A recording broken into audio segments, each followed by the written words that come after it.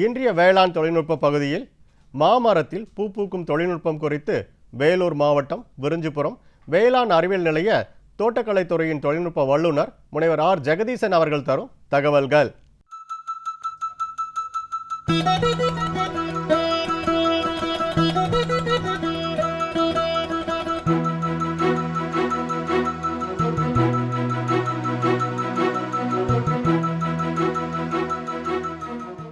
இன்றைக்கு நம்ம பார்க்கக்கூடிய தொழில்நுட்பம் என்ன அப்படின்னாக்க, மாமரங்களில் எப்படி பூ எடுக்க வைக்கிறது தொழில்நுட்பம், அதை பற்றி பார்க்க போகிறோம். மாமரத்தை பொறுத்த வரைக்கும் பார்த்திங்கன்னா, வேலூர் மாவட்டத்தில் மாங்கிறது ஒரு பிரதான பயிர். அதாவது பார்த்திங்கன்னா வாழை, பப்பாளிக்கு அடுத்து பார்த்திங்கனாக்க பிரதான பயிராக மா சாகுபடி பண்ணுறாங்க. குறிப்பாக அண்டை மாவட்டங்களான தருமபுரி, கிருஷ்ணகிரி மாவட்டத்தை மாதிரி அருகில் இருக்கக்கூடிய மாவட்டங்கள் மாதிரி இங்கேயும் பார்த்திங்கனாக்கா வேலூரில் இருக்கக்கூடிய 7 வட்டாரங்களில் பேரணாம்பட்டு, குடியாத்தம் மற்றும் கேவிக்குப்பம் மாவட்ட வட்டாரங்களில் மா ஒரு பிரதானமான பழப்பயிராக சாகுபடி செய்யப்படுகிறது. குறிப்பாக பார்த்திங்க அப்படின்னாக்க அதிகமாக பார்த்திங்கன்னா கிளிமூக்குன்னு சொல்லக்கூடிய பெங்களூரா மற்றும் நீலம், இந்த 2 ரகத்தையும் விவசாயிகள் அதிகமாக குறிப்பாக ஏற்றுமதிக்காக, குறிப்பாக பழக்கூழ் தயாரிப்பதற்கு அனுப்புவதற்காக சாகுபடி பண்ணுறாங்க. மாமரத்தில் பார்த்திங்க அப்படின்னாக்க இந்த பூக்கரை வைக்கக்கூடிய ஒரு தொழில்நுட்பம் ஒரு பெரிய ஒரு நிறையா செயல்கள், அதாவது தொழில்நுட்பங்கள் உள்ளடக்கிய ஒரு தொழில்நுட்பம். இதில் பார்த்திங்கன்னா மாமரத்துக்கு கவாத்து செய்தல் மற்றும் வடிவமைத்தல், இதை தொடர்ந்து மாமரங்களுக்கு பூ எடுக்கிறது. இதுக்கு 3க்குமே ஒன்று தொடர்பு இருக்கும். மாமரத்தை பொறுத்த வரைக்கும் நமக்கு பருவம் அப்படிங்கிறது பார்த்திங்க அப்படின்னாக்க இப்போது டிசம்பர் மாதம் தொடங்கி நமக்கு மார்ச் வரைக்கும் அந்த பூ எடுக்கக்கூடிய பருவம் அப்படின்னு சொல்லுவோம். ஏன்னா அந்த குளிர்காலம், அதாவது விண்டர் சீசனுடைய கடைசி மாதங்களில் மாமரத்தில் பூக்கள் எடுக்க ஆரம்பிக்கும். இது பார்த்திங்கன்னா ஒரு ரகத்துக்கும் வேறுபாடுகள் இருக்கும். முன்பருவ ரகம்னு சொல்லுவோம், அதாவது இயர்லி வெரைட்டிஸ்ன்னு சொல்லுவோம். அதில் பார்த்திங்கனாக்கா டிசம்பர்லேயே, அதாவது கார்த்திகை மாதங்கள்லேயே பூ எடுக்க ஆரம்பிக்கணும்.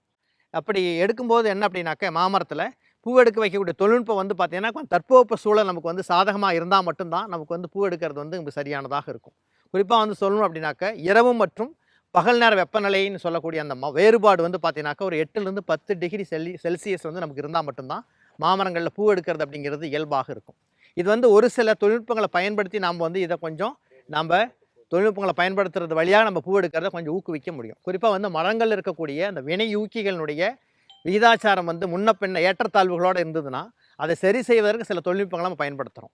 இன்னொன்று பார்த்திங்கனாக்க இலைகள் இருக்கக்கூடிய கரிமம் மற்றும் தலைச்சத்து, இந்த தலைச்சத்தினுடைய அந்த விகிதாசாரம் வேறுபாடு பார்த்திங்கனாக்கா அதிகமாக இல்லாமல் 1% இருக்கும்போது மாமரங்களில் பூ எடுக்கிறது அப்படிங்கிறது இயல்பானதாக இருக்கும். சரிங்களா? எவ்வளவு இருந்தாலும் கூட இன்றைக்கி இருக்கக்கூடிய அந்த புவி வெப்பமயமாதல் மற்றும் தட்பவெப்ப சூழலுக்கு இலக்காகக்கூடிய ஒரு மிக முக்கியமான ஒரு பயிர் அப்படின்னு பார்த்தீங்கன்னாக்கா மா. ஏன்னா மாவை பொறுத்த வரைக்கும் நம்ம வருடத்துக்கு ஒரு பருவம் தான் பூத்து காய்க்குது இல்லைங்களா? அப்போ ஒரு பருவத்துக்கு பூக்கு காய்க்கக்கூடிய மால் பூ எடுக்க வைக்கக்கூடிய தொழில்நுட்பத்தை சரியான பருவத்தில் நம்ம பண்ணோம் அப்படின்னாக்க அது அந்த வருஷம் விவசாயிகளுக்கு வெற்றிகரமான பயிராக அது அமைஞ்சிருது. மாவை பொறுத்த வரைக்கும் அறுவடை அப்படிங்கிறது பார்த்தீங்கன்னாக்கா ஏப்ரல் ஆரம்பித்து, அதாவது மா அப்படிங்கிறதுல முதல்ல அறுவடைக்கு வரக்கூடிய ரகம் அப்படிங்கிறது செந்தூரம். அதை தொடர்ந்து பார்த்தீங்கன்னாக்க கிளிமூக்குன்னு சொல்லக்கூடிய இந்த பெங்களூரா, அதை தொடர்ந்து மற்ற ரகங்கள்லாம் முன்பருவ ரகங்கள்லாம் வரும். அப்புறம் மத்திய பருவ ரகங்கள், அது பிற்கால ரகங்கள், அதாவது லேட் வெரைட்டின்னு சொல்லக்கூடிய ரகங்கள் சொல்லக்கூடிய நீளம்லாம் பார்த்தீங்கன்னாக்க ஜூன் அப்படிமா மே கடைசி ஜூன் மாதங்கள் அறுவடைக்கு வரும். மாவை பொறுத்த வரைக்கும் அறுவடை முடிஞ்சு ஒரு 10 நாள் கழித்த உடனே நம்ம என்ன பண்ணணும்னா மாவில் நம்ம கவாத்து செய்கிறது அப்படிங்கிற தொழில்நுட்பத்தை கடைபிடிக்கணும். கவாத்து அப்படிங்கிறது மாவை பொறுத்த வரைக்கும் நம்ம வருஷம் செய்யணுங்கிற அவசியம் இல்லை. ஏன்னா மாவை பொறுத்த வரைக்கும் நமக்கு புதுசாக வரக்கூடிய இலைக்கொத்துகளில் பூங்கொத்துகள் வராது. முன் பருவத்தில் வரக்கூடிய இலைக்கொத்துகளில் தான் பூங்கொத்துகள் வரும். அப்போ பார்த்தீங்கன்னாக்கா அந்த இலைக்கொத்துகள் குறைந்தது ஒரு 6 மாதம் வயதுடையதாக முதிர்ச்சி அடைந்ததாக இருந்தால் மட்டும்தான் அதில் பூக்கொத்துகள் எளிமையாக வரும். அதுக்கு என்ன பண்ணுறோம் அப்படின்னாக்கா சரியான பருவத்தில் நம்ம கவாத்து செய்கிறது அப்படிங்கிறது முக்கியம். கவாத்துங்கிறது பார்த்தீங்கன்னா காய்க்கக்கூடிய மரங்களுக்கு 3 அல்லது 4 ஆண்டுகளுக்கு ஒரு முறை செய்தால் போதும். 3 அல்லது 4 ஆண்டுகளுக்கு ஒரு முறை எப்படின்னா, அதாவது காய்ந்த கிளைகள், ஒன்றுக்கு மேல் ஒரே மரத்தில் இருக்கக்கூடிய பூச்சி மற்றும் நோயால் காய்ந்த கிளைகள், அப்புறம் அடர்த்தியாக இருக்கக்கூடிய கிளைகள், அப்புறம் பார்த்தீங்கன்னாக்கா ரொம்ப ஒரு கிளைகள் மேலே ஒரு கிளைகள் இருக்கும். அந்த மாதிரி கிளைகளை நம்ம அப்புறப்படுத்தி மரத்துக்கு காற்றோட்டமும் சூரிய ஒளியும் எல்லா பகுதியிலையும் படுற மாதிரி நம்ம அதை உறுதி செய்யணும். உறுதி செஞ்சுட்டு உடனே என்ன பண்ணணும்னா, இது கிட்டத்தட்ட பார்த்தீங்கன்னா கவாத்து பண்ணுறது பார்த்தீங்கன்னா ஜூன் ஜூலையில் பண்ணிவிட்டு, அதாவது ஆடி மாதம் வந்துடும், ஆடிப்பட்டம் வந்துடும். அப்போ நம்ம கவாத்து பண்ணிவிட்டு உரம் நம்ம கொடுத்துட்றோம்.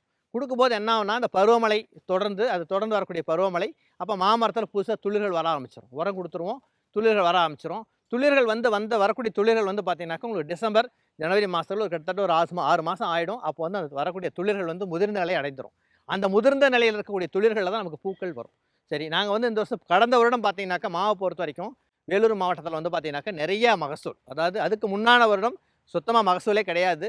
கடந்த வருடம் நிறைய அபரிமிதமான காய்ப்பு. அதனால் விவசாயிகளுக்கு வந்து இந்த வருஷம் என்னென்னா போன வருஷம் காய்ச்சிருச்சு. ஏன்னா மாவை பொறுத்த வரைக்கும் அதுக்கு ஒரு இயல்பாகவே ஒரு குணம் என்ன அப்படின்னாக்க, அது வந்து ஒரு வருடம் நல்லா காய்க்கும், ஒரு வருடம் காய்க்காது. அப்படிங்கிறது வந்து ஒரு சீரற்ற காய்ப்பில் இருக்கிறதுனால இயல்பாகவே அது வந்து மரபியல் ரீதியாக காரணமாக இருந்தாலும் கூட விவசாயிகளுக்கு வந்து அது ஒரு சந்தேகம் இருக்குது. அப்போ மாமரத்தை இந்த வருஷம் பூக்க வைக்க முடியுமா, காய்க்க வைக்க முடியுமா அப்படின்னா கட்டாயமாக முடியும். அதில் மிக முக்கியமாக நம்ம கடைபிடிக்க வேண்டிய தொழில்நுட்பம் என்ன அப்படின்னாக்கா, டிசம்பர் மாதம் இறுதியில் ஜனவரி மாதம் ஆரம்பிக்கின்ற பொழுது பூக்காமல் இருந்தது அப்படின்னாக்க இலை வழியாக நம்ம வந்து ஒரு உரத்தை இலை வழியாக கொடுக்கணும். குறிப்பாக வந்து பார்த்தீங்கன்னாக்கா யூரியான்னு சொல்லக்கூடிய தழைச்சத்தை வழங்கக்கூடிய உரத்தை வந்து 1% நம்ம இலை வழியாக கொடுக்கலாம். அதாவது 1 லிட்டர் தண்ணிக்கு 10 கிராம் அப்படிங்கிற அளவு தான் 1% யூரியா கரைசலுடைய அளவு. இது வந்து இலை வழியாக 1% கொடுக்கும்போது என்னன்னா, நமக்கு வந்து இலையில் இருக்கக்கூடிய அந்த கரிமம் மற்றும் தழைச்சத்தினுடைய விகிதாசாரம் வந்து அதிகமாக இல்லாமல் குறைந்து 1% கீழே வரும். அப்போ வந்து அந்த இலைகள் வந்து முதிர்ந்த தன்மை அடையும். அடைந்தோடனே என்ன ஆகும்னா, அந்த பூங்கொத்துகள் வந்து அது இலைக்கொத்துகள் பூங்கொத்துகள் உற்பத்தி பண்ணக்கூடிய நிலைக்கு வந்துடும். சரிங்களா? இன்னொன்று வந்து பார்த்தீங்க அப்படின்னாக்க, அது யூரியா இல்லை அப்படின்னாக்க பொட்டாசியம் நைட்ரேட் அப்படிங்கக்கூடிய உரத்தையும், அது வந்து நீரில் கரையக்கூடிய உரம், அது வந்து பார்த்தீங்கன்னாக்கா 1% கொடுக்கலாம். இதுவுமே வந்து பார்த்தீங்கன்னா 1 லிட்டர் தண்ணிக்கு 10 கிராம் அப்படிங்கிற அளவில் கொடுக்கலாம். இது வந்து சல்பேட் ஆஃப் பொட்டாஸ் மல்டிகேன்னு சொல்லுவாங்க, கடைகளில் கிடைக்குது. இது வந்து நம்ம கொடுக்கலாம். கொடுக்கும்போது வந்து எளிமையாக வந்து பூக்கள் வந்து வரும். அது வந்து ஒரு 15 நாள் கொடுத்துட்டு ஒரு 15 நாள் கழித்து மறுபடியும் 2வது நம்ம கொடுக்கும்போது இந்த மாலை வந்து பூக்கள் வந்து நல்லா பூக்கொத்துகள் நல்லா சிறப்பான முறையில் பூக்கள் வர ஆரம்பிச்சிடும். அதுக்கு பிறகு வந்து பார்த்தீங்கன்னாக்க பூக்கள் வந்துருச்சு அப்படின்னாக்க, அதுக்கு பிறகு நம்ம வந்து மாமரத்தில் வந்து அதுக்கு பிறகு நம்ம வந்து கவனிக்கக்கூடிய மிக முக்கியமான விஷயம் என்ன அப்படின்னு பார்த்தீங்கன்னாக்க, அந்த பூக்கள் வந்து உதிராமல் இருக்கணும், அந்த பிஞ்சுகள் வந்து கொட்டாமல் இருக்கணும். இதுக்கு என்ன பண்ணலான்னாக்கா, பிஞ்சுகள் வந்து ஒரு கடுகு சைஸ்ன்னு சொல்லுவாங்க, மஸ்டர்ட் சைஸ்ன்னு சொல்லுவோம். அந்த அளவுக்கு வரும்போது ஒரு தடவை வந்து வினையூக்கியை ஒரு தடவை கொடுக்கணும். அதாவது நாப்தலின் அசிட்டிக் ஆசிட் அப்படின்னு சொல்லக்கூடிய வினையூக்கியை 1 லிட்டர் அதாவது 1 மில்லியை 5 லிட்டர் தண்ணியில் கலந்து 25 ppm அப்படிங்கிற அளவில் நம்ம கொடுக்கணும். கொடுக்கும்போது அந்த பிஞ்சுகள் வந்து உதிராமல் இருக்கும். என்னென்னா, பிஞ்சுகள் உதிர்றது வந்து நிறையா காரணங்கள் இருந்தாலும் மரத்தில் இருக்கக்கூடிய அந்த வினையூக்கியினுடைய ஏற்றத்தாழ்வு வழியாக அது விழுது. நம்ம இலை வழியாக இதை கொடுக்கும்போது அந்த ஏற்றத்தாழ்வுகள் சரி செய்யப்பட்டு பிஞ்சு உதிர்வது, குறிப்பாக வந்து கடுகு நிலையில் இருக்கும்போது பிஞ்சுகள் உதிர்வது தடுக்கப்படுது.